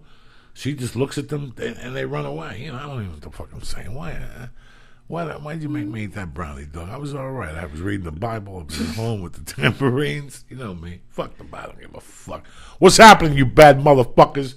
Merry Christmas to you bitches. I hope your Christmas is tremendous. You deserve it. What are you laughing about? Merry Christmas to you bitches. That's right. Let me give some shout-outs. Aaron Lopez, thank you very much for the frame and the pictures. You're a great photographer, and I'm hanging the frame in Mercy's room. So thank you very fucking much. You're a bad motherfucker. Bob and Becky Lilingis, my people from motherfucking Chi-Town. The whole family sent pictures with the whole family with a shirt on. The mother had a Flying Jew shirt on. I think he just bought a shirt. The father had a fucking shirt, and the mother had another. The son had another fucking shirt. That's how bad they are. Yeah, and then somebody sent a picture of his kids at the zoo today. One had your patch, and one had my sticker. Sergio Ortega, my main man and shit. But the whole family. That's a great picture. It was the mother, the dad, and the fucking son with all they needed was a chick on the floor with a knife in their throat. And they would have made like the cover of some magazine or whatever the fuck it is. Did I give the shout out yet? No. Kenny Strickland, Matt Andrus, Ignatius 161, the Ortegas down in fucking Disneyland, Mike Lavin, and Death Squad Newcastle and Death Squad brothers and sisters all in the motherfucking area. You know what I'm saying? In the struggle league. What, bitch? What, Lee? What do you got tomorrow, cocksucker? Tomorrow. Oh, God. I got 2,000 fucking things tomorrow. What do you got tomorrow? This is the best. What is it? What are you giggling about? Look at it. Cocksucker. I told you about it a few weeks ago, but tomorrow is a macaroon class. Macaron class. This is what I got to deal with, people. I'm trying to bust this motherfucker out like Soundgarden in 94, and he's going to are you driving to Santa Monica? Yeah. Yeah. Another 40-mile jaunt to learn how to make macaroons. This is what I got to deal with, people. I'm like a fucking drill sergeant with this fucking mook. He goes to dinner with 6 girls. This is what I got to deal with. On a train. He goes down on a fucking, after everything we've been to. That's why I gave you the edible, because I knew it. But you went down there. I'm very proud of you. You went down and you stood your ground. You didn't. Did you get higher after you left here? Fuck yeah! I was sitting at the restaurant just like, because it was on the it was high up in downtown, so it was kind of scary. You were just like zoned out into like space, and it was terrifying. And Paula knows at this point that you were high. God, yeah, of course. How much is your sushi bill? Each of us was 60. So you and Paula were 120. Yeah, I think with tip. So maybe 100. Look at Lee and shit dropping. Well, fuck, it was expensive, but it was good. Look at Lee going out there with the freaks and shit with some attorneys. They had the spicy popcorn shrimp. Oh, so good. Come on, what'd you get? You that? The miso soup? No, fuck that. Oh, fuck that shit. You got any appetizers? Yeah, I got that. I got crispy rice with spicy tuna on top. That was really good. How was that? Really good. What else you got? A tuna roll and I got a hand roll for the first time. How many calories? Ooh, probably at least 2,000. I would guess. What did the hand roll taste like? It was good. I never had one before, but it was good. Good for you. Look at you. Thank you. Then you took a train back, or you Ubered it back? You said we Ubered it back, and they took you to some club. It was like the end of law school, so they call it bar review. I thought it was gonna be like all of their friends at like a bar where like they're just drinking and walking around. We get there, and it's like a club, and people were like on top of each other, and it was terrible. I think we were there for like 30 minutes, and we just looked at each other and we're like, no, because like people were always bumping into you, and I was it was bad. How uncomfortable do you feel in those places? I like bars. But that's what I was saying when I was coming in. There's a difference between bars. Yeah. The clubs are everybody's jumping up and down. That's boom, terrible. boom, boom. They got the place where you go in there and people missing teeth. Kenny Rogers on the jukebox. You know, some people drink those fucking, nobody's drinking martinis or fucking De La Vegas, whatever the fuck those Cuban drinks are. With the mojitos, nothing like that. None of that bullshit. People just drinking beer, scotch and soda, regular shit. Yeah. Right? Yeah. Okay. I like those two. When I was doing blow, I could tolerate 3 or 4 drinks in one of those places. Yeah. In a corner somewhere, nice and quiet, where we could talk. I don't want to hear music. I'm either at a concert or I'm snorting blow at a bar. I don't want to do both of them. When I'm doing blow in a bar and I'm drinking some fucking cocktails, I don't want no shooting pool either. I don't like the movement. It's too much fucking movement. I just want to sit in the corner with a TV on and a bartender and a couple fucking people. Maybe a jukebox that's playing low music. I don't even give a fuck what they're playing. Neil Diamond, Barbra Streisand. It makes no difference to me. I'm going to fucking Jupiter. Do you understand me? So that's what I went to bars for. Those are the bars I like. Yeah, me too. Somebody comes in at the end of their shift. They bring in a bunch of meat that's been bitten. Everybody at the bar eats it. They don't give a fuck. They're drinking. It's just a good time bar. That's what I miss from growing up. I miss those good time bars. You know, those people go to Giant games together. They go to Boston Brewing games together. They do pools around the year. You know, for the Super Bowl, instead of wasting your time, they go to the bar and they each have a chili cook-off. But they're family, you know, and you go in there. And out of 50 people that are involved in that family, 30 are just drinkers, social drinkers, and 20 of them are full-blast alcoholics. But it works. It works. It really does work. I was a part of like 2 or 3 of those bars. I was never the cheer type guy with the mailman came in. Hey, how are you? Rough day delivering mail. Go fuck it, you know. The fuck out of here. We're over here delivering kilos. You're worried about a fucking dog biting you. You know, I'm over here with lube stuttering in one fucking ear. with the other guy in the back, Stinky, telling me about his fucking UPS career, dropping off fucking packages of blow in Newark. And this guy's telling me about going on. It's two different fucking worlds. Look at the shape of you, Lee. Yeah. I give you 10 milligrams. You're all Give me fucked up 40 milligrams. from the new fucking chef and shit.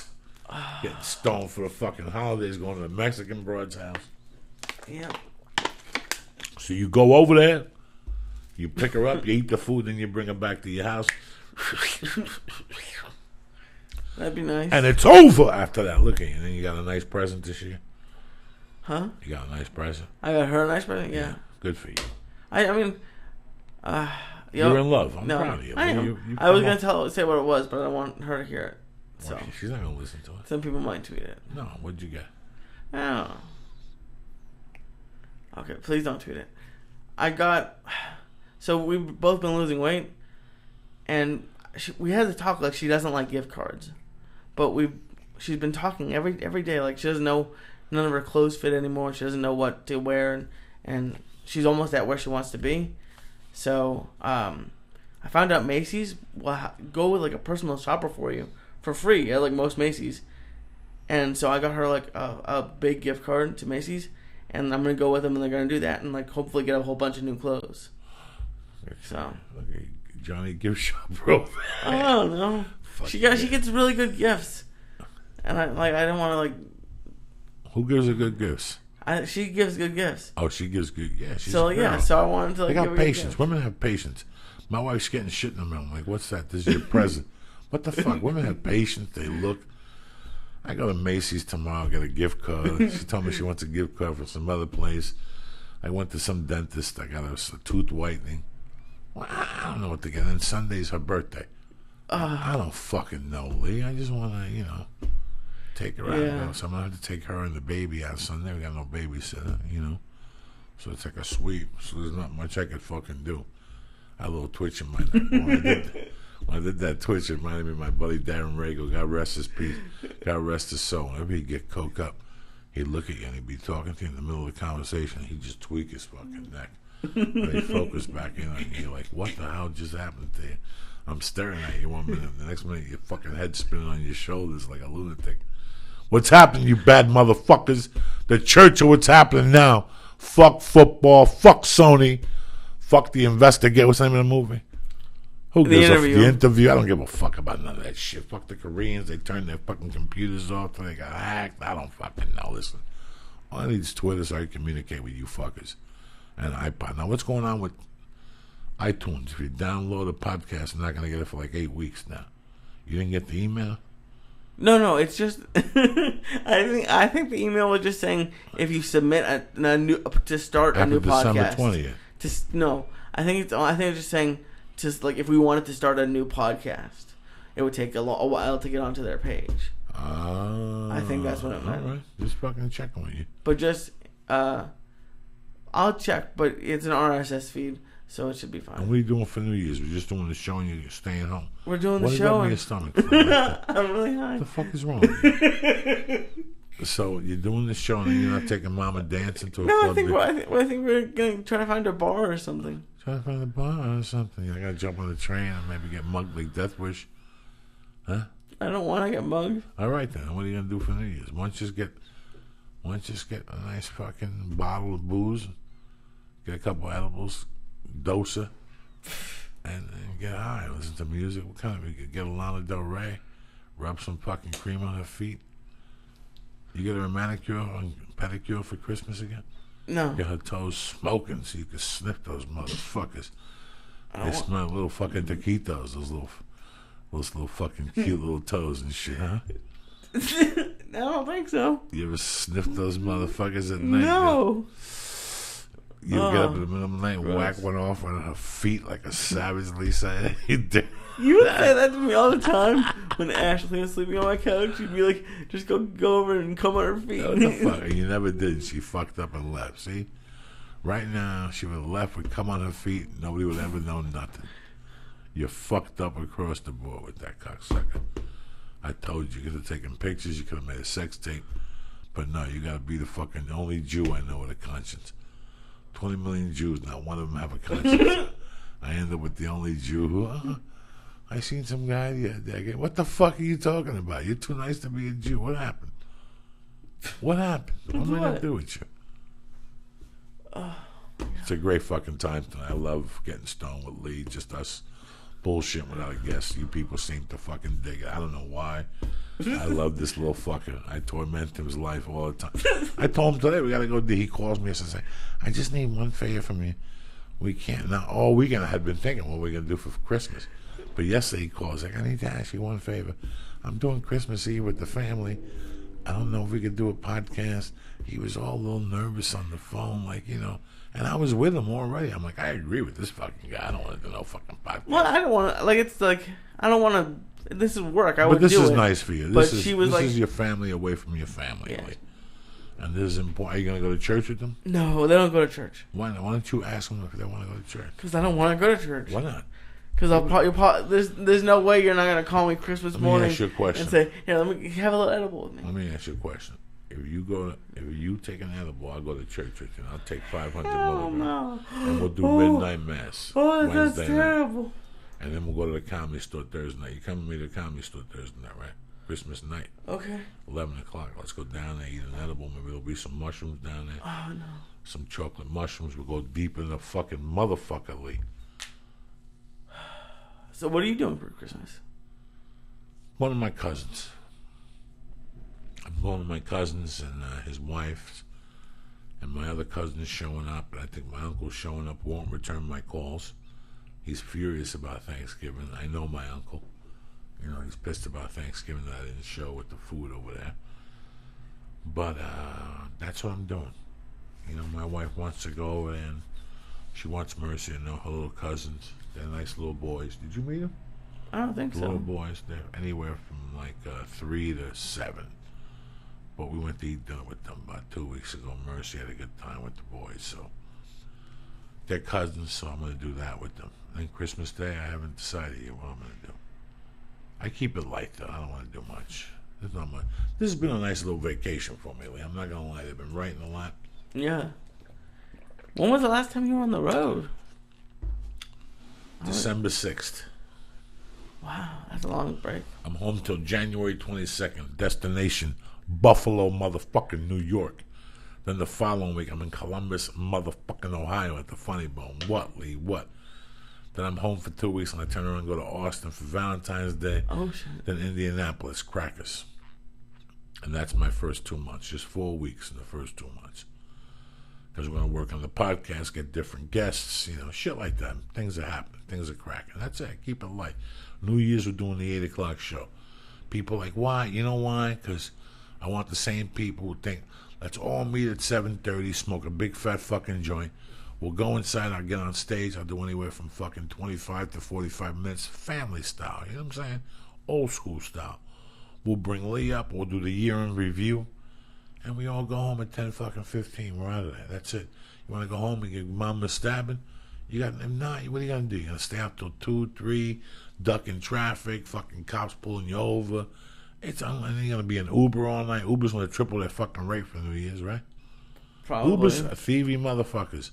I got rid of the thing on my phone. Really? I'm not going to take a fucking Uber. I got a friend of mine who drives me to the airport for a set rate. I got a little Cuban dude who drives me to Burbank Airport if I need him. He's a cab driver. He hangs out over by the fucking train station. I call him up. He's by the house in 3 fucking minutes. What am I going to do? Deal with a fucking Uber for? And Uber's just cool because you can do it off your phone. Look at me. I press a button and they pick me right up. Who gives a fuck? I pick my hand up. There's 10 fucking Arabs out there with a yellow fucking cat. They'll pick you up. Same difference. So who gives a shit? Everybody's just trying to be cool. Why Uber? Who gives a fuck? Where's your Starbucks and your little tattoo and your glasses? Looking like a fucking philanthropist. I don't even know what that means, a philanthropist. I just learned that word the other day. I figured I'd drop it on you motherfuckers, Lee Syatt. I don't even know what to do with you no more. Look at the shape of you, Lee. Yeah. I love it. Who gives a fuck, Lee? This is the 8 days of Christmas. This is what it means. This is what it means. After the 17th, you're doomed. You're doomed to the fucking 5th. It's the only time of the year that if you play the rest of the year good, well, you just shut your mind out for those 10 days. And you do what you really want to do at home in the morning. I'm trying to write a bunch of shit here so I can ship it off on the 5th. And I've been doing it, Lee. That's what I've been focusing on. I've been focusing on my knee. I've been focusing on my weight. I've been working out every other day. Because every time I work out back to back, my knee hurts for 2 or 3 days. But every time I've been working out every other day, I'm okay. I've been getting good success with it. You don't give a fuck. You're all over there chiseled up with your New England shirt on. No, I see it. But it's made a big difference in my workout. It's made a big difference in my cardio. I go a little deeper, but I go every other day. It's not bad. Today I walk like a motherfucker with mercy, so I'm not, I walked, I left the house at 10 to 9. I didn't walk. Terry went swimming at 11. She called me at 12:20. She goes, that kid must be starving. Where are you guys? I was just walking with her. I walked around the park with her. I walked around the baseball field with her. So the knee feels good. So I'm trying to rehab everything. I'm trying to write a little bit. I'm trying to give you some love on the motherfucking podcast. But you fucking know what, man? Tonight when I was leaving, I was looking at that little girl, and I was thinking about the change in my life without even really trying, just thinking about it. I was thinking about where my life was when I had Jackie, when she was 2, and how I feel now. And how sometimes I get these emails. I always do. I answered emails today. And I always get emails from people and they think they're in a rut right now. But sometimes, as long as they're believing they're going to get better, deep down inside, that hole just passes them. That little part of their life passes them by like it did me, I went through a lot of rough patches. But I don't know, Lee, they went by. It was like just a dark spot in your life. We all go through them. You go through them. Everybody goes through them. No matter, it's how you handle them, how you come out of those things. But it's so weird how I was looking at that little baby and how much I've changed in 20 fucking years. How your mindset changes, how you've changed in the last 2 years. You think? Yeah. You see it? Yeah, totally. In which way? Am I not crazy enough for you? No, you're still crazy, but you're crazy and more focused. I feel like. Because I see you doing less and less of the gigs I know you don't like doing, or like the videos or stuff like that, hanging out. What do you mean hanging out? You're more focused. Like you don't really. When we first started doing Mad Flavors World, before Mad Flavors World, we did a month of 2-3 nights a week at the Ha. You don't do that now. Well, I go to the store. And I go to Laugh Factory in Long Beach. Yeah, but you were at the Ha for like an hour or two before you were on. Now you get to the store and for 20 minutes before. Well, the store's always got a problem with parking. Whenever I go to the store, if you get caught in the fucking store, I got caught in the store 2 times the last month. Oh, yeah, because too many people came in. Too many people come in, and now you're waiting fucking 45 minutes to get unburied. 2 weeks ago, I waited 40 minutes because they couldn't find the door guy with my keys. Oh, jeez. My car was right there. He took the keys off.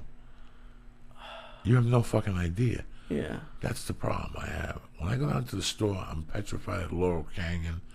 I'm petrified of getting caught by those cop things because I don't drink. Mm-hmm. And even though my license is cool, the registration's cool, my insurance is cool, I still feel there's something wrong. I don't want to have any police contact at all. You know how you don't have police contact at night? Don't be out. Don't be out. That's it. If you don't want to have police contact at night, don't be the fuck out. You're like Joe. You live like a communist. You never know what could fucking happen. So now I'm in Hollywood now. I don't live in Hollywood. I just want to get over the fucking hill. 5 weeks ago, you picked me up at my house at 7 o'clock on a Tuesday night. We were going to go over Laurel Canyon. What happened? Traffic? How bad?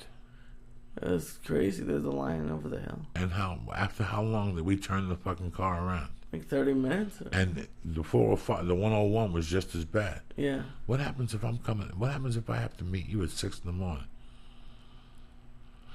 And I come back from the Comedy Store, and as I'm coming up the hill, I get hit by that.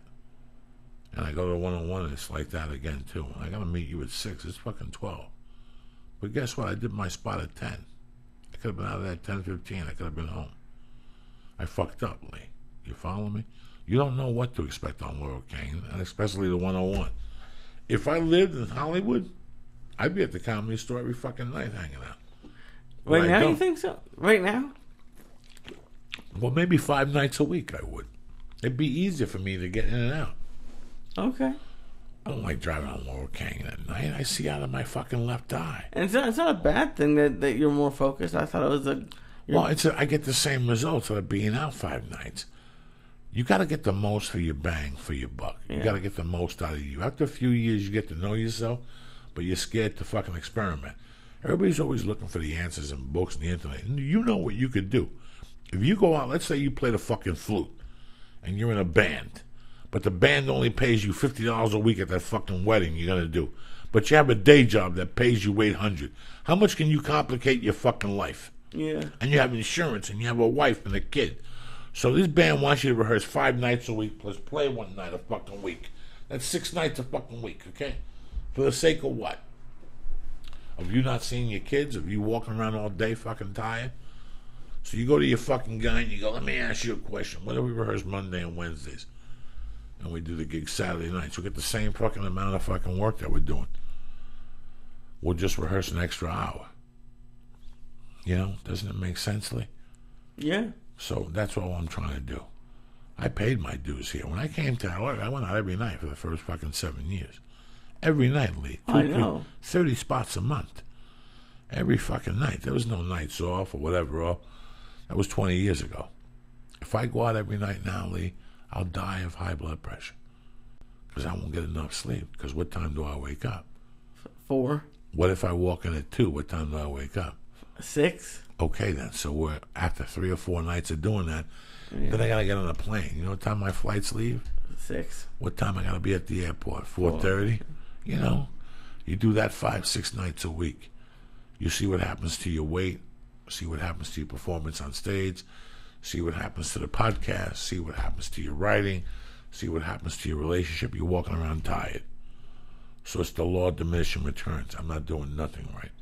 I do the podcast. I go home now. I still get 6, 7 hours of fucking sleep. Tomorrow night I got 2 comedy shows. This one show starts at fucking 10. I'm going to be out till 2 or 3 in the fucking morning tomorrow night. Then I get home and I got to unwind. So I watch fucking whatever the hell for an hour, and I drink coffee and write a little bit to unwind. So whatever time I get home, you got to give an hour after that for me to fucking fall asleep. So this is what I'm trying to do, Lee. You know, and then I have the baby. The baby's no easy task, you know. She's a 30-pound fucking human kettlebell. I've said this 1,000 fucking times. She runs, she moves, she talks. You got to pay attention. Got to hold her, pick her up, change diapers. You know, it's a tough racket. Plus write a book, plus write comedy, plus deal with you, cocksucker, and try to take you under my wing of life and teach you the right way. But you're going to have to dinner with 6 broads and sushi. Why do you come here? What do you take from this podcast? Do you not take something from this podcast, you round cocksucker? Yeah. I mean, I didn't know I was going to be the only guy. Yes, you do. You got to ask. Oh. Is there going to be other guys there? What do they like? Do they suck dick? Do they fucking like the Giants? What do they do? No, there's not going to be any guys. Then what am I going down there, Paul? I love you. Listen, here's an extra 50. Drink a couple sakis and come back and we'll sake-suki. And that's it. You come back at about 11. I'll pick you up at the train station. And I'll give you a stab in the car, Japanese. I'll show up with a sword and a fucking hat and a kung fu fucking gi on. I'm just trying to help you out, dog. That would have been fun, just too. Sitting there, what? That would have been fun, too. Yeah, you're going to sit there with 6 broads. We could have been doing 1,000 fucking things. We could have been delivering a pound of heroin or something. You're going to sit there with 6 fucking broads talking, and you sit there and talk about what? Shoes and law and the review? You must have been fucking just a ball of entertainment, don't you? You're just sitting there looking at these broads. Yeah, and sticking your fingers in the sushi and the soy sauce, you filthy fuck. This is what I got to put up with people. You think my life's fucking easy, so that's why I'm not out. So now when I go out, I try to definitely get 2 sets. Yeah. That's why I always double team 2 sets. So Tuesday I got 2 sets. Saturday I got 2 sets. Thursday I only got 1. I put a call into the Laugh Factory Hollywood today, trying to get a set there Christmas Day. Oh. So I'll just do 2 while I'm in the fucking neighborhood. That'd be cool. And that's it. That's how you space it out. So I did 6 sets, 2 podcasts. I worked out 3 or 4 times. I spent 2 mornings with Mercy. I spent an afternoon with Mercy, Terry, and the kid. I wrote a little bit, and everybody's fucking happy. And I got some sleep, and I kept my blood pressure under control. Is that not the most important thing in life? Yeah. Being a good friend to yourself? Then what the fuck are we talking about here? I don't know. Let me read the sponsors and we'll get you out of here, cocksuckers. This guy is so stoned, he doesn't even know what I'm talking about. And I can't lie to you people. I don't even know what the fuck I'm talking about. If I did, I'm lying to you guys. You know what I'm saying? Why would I? And my man Chris Leroy, I want to give him a shout out too. He's a beautiful fucking guy over there from Columbus, Ohio. What, Lee? What are you giggling about? Everything is real in the field, cocksucker. Remember that? When you play Little League? No. Everything is real in the field. No, I have no idea what that is. Nobody knows nothing, people. Nobody knows fucking nothing. Huh? That's going to be a good week. Trust me. You don't need money. A lot of people get down over this time of the year. Trust me, I used to get so fucking depressed. Oh my God, Christmas 83, Christmas 84, a bunch of fucking Christmases. 91, I was probably a mess. 90, oh my God. And I gotta tell you, man, it just passes. After a while, you stay up, you drink some eggnog, and you watch some TV, and you wake up in the morning, it's Christmas Day, and you wake up in the morning, and it's done. It's done for a fucking year. So my sentiments go out for you. I just hope everybody has a happy Christmas. And that's it. That's all I want for people, Lee, is to have a good time. What's a good time? Do you need to be jet set with the Kardashians? Fuck no, that's for fucking overachievers. All you do is spend time with 3 or 4 of your favorite people. He shows up with a dime bag. You show up with some mushrooms. He shows up with some wine. There's Christmas. Jesus is born. Somebody's getting fucked and somebody's getting pregnant. That's the most important thing of a holiday. On it. On it as usual. On it as fucking usual. Making it happen for you people. Sales. You know, they do. They always have a great fucking sale. I don't know if you people noticed, Lee mentioned last week they did a commission report on Alpha Brain and its benefits. I did not read it, but you're welcome to fuck. I can lie to you and tell you a bunch of lies and outline it or whatever. When I read it, I'll break it down. It'll take me a few days. I got a lot of shit going on. I'll tell you the truth. But I know it backs all the statements they make. And I know that somebody wouldn't give you a 100% money back guarantee without even taking the product back if the product wasn't that strong. That commitment alone made me take the Onnit product and made me let them sponsor the show. I like that commitment. I like that. If you try Alpha Brain and you don't like it 100%, send it back, no questions. They'll fucking give you your refund right back, all right? That's a great guarantee in my eyes. You know, they don't do that for all their other products, but that alone for their signature product lets me know they ain't fucking around. And they got other products. They got the MCT oil. They got the testosterone fucking plus, which upgrades your testosterone, gets you a little bit more yoked, gets that fucking helmet going. You got your fucking Shroom Tech Sport, your Shroom Tech fucking immune, no Ebola. You got the hemp force chocolate cocoa protein.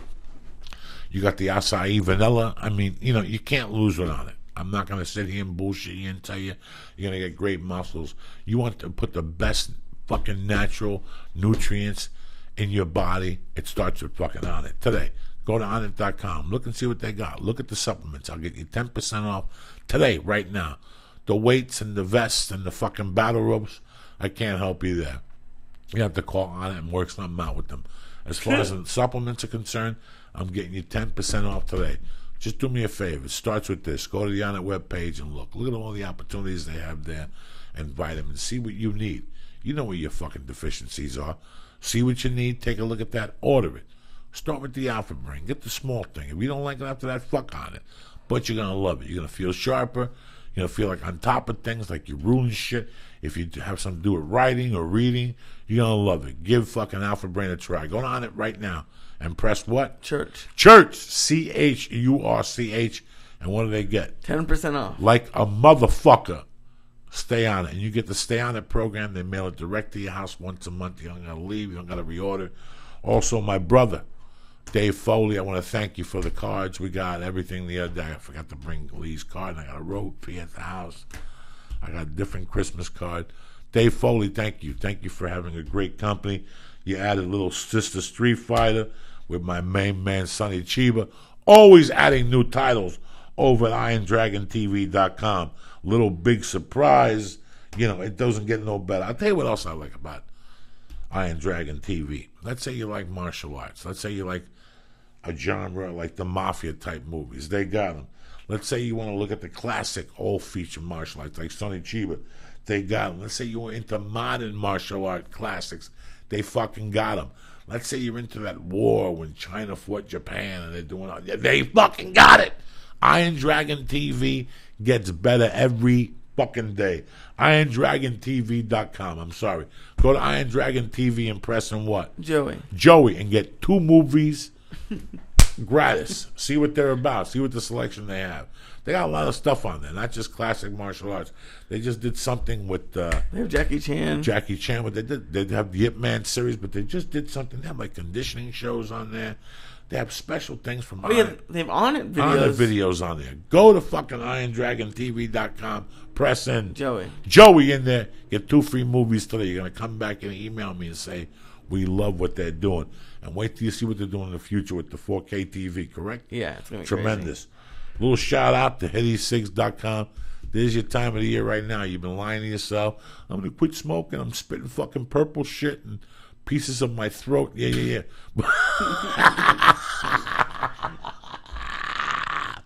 You're spitting pieces of your throat out. Your spit's purple. When you wake up in the morning, as you're pissing, you get that little verp in your throat. It's like a little vomit and fucking like a green schlim wrapped up with the cancer juice. It's starting to fucking create in there. It's over. Go to HittySix.com and see what they got to offer you. You know what they got to offer you? They got the e-cigarette in 4 different turntables. So let's say you start with the 24 milligrams, you go to 16 milligrams, you go to 8 milligrams. Next thing you're smoking 0 milligrams of tobacco. Next thing you know, you're nicotine fucking free. Who's better than you? It all starts today, right now. HittySix.com. Guaranteed 1,200 puffs. Whether you want the cigarette or the fucking brandy cigar right there. Tremendous. This is all I smoke. And I'm Cuban. Fidel's probably having a heart attack right now looking at this fucking cigar. Fuck them.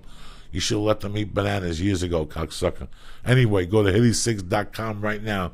They also had flavored cigars. If you want wild cherry. Flavored cigarettes, peppermint. What would I do without Lee Syatt? He's the best co-host of all fucking time. What I'm trying to tell you is, you want to quit smoking, it starts right now with HittySix.com. Cut this shit. Take a chance, Columbus. Go to HittySix.com and press in what? Joey's Church. Oh, shit! And get 20% off like a motherfucker. Who's better than you? You think I'm over here asking you for fucking donations? You're the one that wants to quit smoking. You're looking around. What do I do? Do I get the peppermint gum? Fuck it. Go tough like Rambo. The tougher you go, the more commitment you'll have to staying off the fucking cigarettes. Trust me, cocksuckers. Go to HittySix.com and press in Joey's Church. Boom! And you get your 20% off. We don't fuck around here. Also, have you gone to Nailed It Life's new webpage? I haven't yet. Tremendous. They got the vapor pen little mix there. They got the syringe for the juice on the thing. They're not fucking around over there.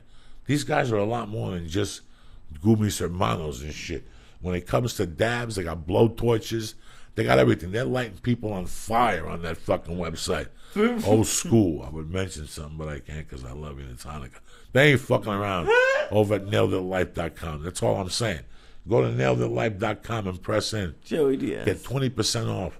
They're the most vapor pen out there working. One of the best vapor pens out there money can buy for you wax and fucking Staminkia smokers. You understand me? Something happens, something breaks, something you don't like. They got a toll-free number. You call Dave direct. You say, Uncle Joey said I could call you, and you'll take care of my problems. I've had 1,000 vapor pens get sent to me. I smoke them one time. They're fucking kaputs. I'm looking for a number. They got an email. That takes 800 fucking years. With NailedItLife.com, Dave answers the phone. There's no customer service. There's no Arabs. Nothing. This ain't Southwest. This ain't United. There's no computers, all right? I love you guys. I wouldn't turn you on to this shit. So what'd you learn tonight, Lee? Oh, hold on. Thank you again. On it, Iron Dragon TV, HittySix.com, and Nailed It Live. What'd you learn tonight, Lee? So much. Did you like what? Just say it. You don't like cotton? You're not a huge fan of bacon on sandwiches? And, that's what you learned, cocksucker. 2 hours here. We're talking like gentlemen. I love you, buddy. Thank you for making me laugh all the time. Love you too, man. That was tremendous, Dad. I dosed you and you went over to the dinner like a man. I thought you were just going to stop answering the phone when I called and you're like, we're headed to the train. I'm like, this dumb bastard. He's actually dying inside right now, higher than fuck, but I salute you, Lee. And I've always told you, you got balls of steel. Every time I give you an edible, I'm like, you're going to be fine. And you're like, I don't know. I'm going to eat the house. Not any brisket left. It's frozen, but yes. You haven't broken into it yet? No. How long will it take it to defrost? I have no idea. You going to take a chance tonight? You in the mood for some brisket? No, I stole a Kit Kat today because I was pissed off at CVS. What'd you do with the Kit Kat? It's at my house. You didn't bring it and share it? Hell no. That's what Christmas is about. Stealing the Kit Kat and sharing it. Even if you just give me 1 out of 4. Okay. I'm not going to eat them. Who gives a fuck about a Kit Kat? Your family. I got Kit Kats at the house left over from Halloween. I haven't looked at them in fucking 18 weeks. I love you, buddy. Don't forget, we're going to be New Year's. Like I said, 8 o'clock show. Get you back out of there by 10:15 if you want to go home or catch a movie or go to a friend's house and sleep. And, you know, that's it. If you're into a low-key New Year's, come over. It's going to be real low-key. Trust me, it's not going to be barn-burning music, people up, jumping down. Tons of reefer, acid, bazookas, people doing heroin. No, just teasing you. Just us smoking dope. That's it. Taking pictures, fucking around. I love you guys. Have a great Monday. I'll see you guys Wednesday morning at 9 a.m. Billy's going to call in. We're going to discuss the UMass Part 2. Hopefully I'll get to see it tonight, late night. I love you, man. The U of M. The UMass. How high am I? The U of M. Those The people U are those of people are MIA, living the best. motherfuckers. I love you guys. Have a great night. Be safe. Stay black and beautiful. What do you want to end with? I don't fucking know, Lee. What do you think? How about AC/DC Power Rage? How about that? How about AC/DC Sin City? Okay. How about that, Lee? How do you freaking think I end? We end in a blaze, Lee. I would blaze with some guns shooting, but fucking look at this WebMD. They keep bothering me. Why they keep bothering me? Leave me alone. What are they telling you? I don't fucking know. They send me recipes. Like, I want a recipe from fucking WebMD. What kind of recipe? How to like fucking packages and shit like that. I'm fine. Okay. This show is brought to you by Onnit. Go to Onnit, use code word church to get 10% off of all their supplements like Apple Brain and New Mood. Go to Iron Dragon TV and use code word Joey to get 2 free rentals on the new Roku channel with all your favorite martial arts films. It's code word Joey for 2 free rentals. Go to